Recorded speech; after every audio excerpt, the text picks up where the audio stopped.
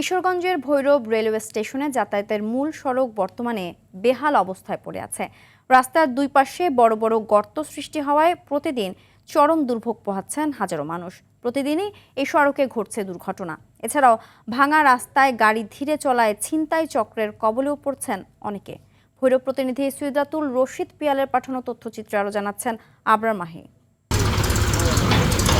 Bhairab railway স্টেশনের মূল এই সড়ক দিয়ে প্রতিদিন জগন্নাথপুর, কমলপুর, পঞ্চবটি, ঘোড়াকান্দা ও আমলাপাড়া এলাকার হাজারো কর্মজীবী মানুষ যাতায়াত করেন। এছাড়াও বয়স্ক ব্যক্তি, গর্ভবতী নারী এবং রোগীদের জন্য এই পথ হয়ে উঠেছে অত্যন্ত ঝুঁকিপূর্ণ। এই ভাঙা সড়ক দিয়ে চলতে গিয়ে প্রতিনিয়ত ব্যাটারি চালিত অটোরিকশা, সিএনজি, মোটরসাইকেল ও সাধারণ পথচারীরা দুর্ঘটনার শিকার হচ্ছেন। পাশাপাশি দীর্ঘদিন ধরে সড়কের এই বেহাল অবস্থার কারণে কিছু অংশ ছিনতাইকারীদের অভয়ারণ্য হিসেবে পরিচিত হয়ে উঠেছে।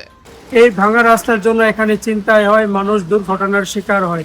এখানে আপনার ময়লার স্তূপের পাশাপাশি তারপর রাস্তার এই পাশগুলো সবগুলো ভাঙা। এটা এমন একটি অব্যবস্থাপনার মধ্যে পড়ে আছে যে এক একটি দপ্তর, বিশেষ করে পৌরসভা এবং রেলওয়ে, তাদের ধাক্কাধাক্কির কারণে এটা রিপেয়ার করা যাচ্ছে না। তাই আমি যথাযথ কর্তৃপক্ষের জোর আবেদন জানাচ্ছি যে ওই রেল স্টেশনে যাওয়ার যে রাস্তাটা, বিশেষ করে গরুস্থানে যাওয়ার আগের যে ভাঙ্গা রাস্তাটা, এটা সহ সবটাই রিপেয়ার করা দরকার।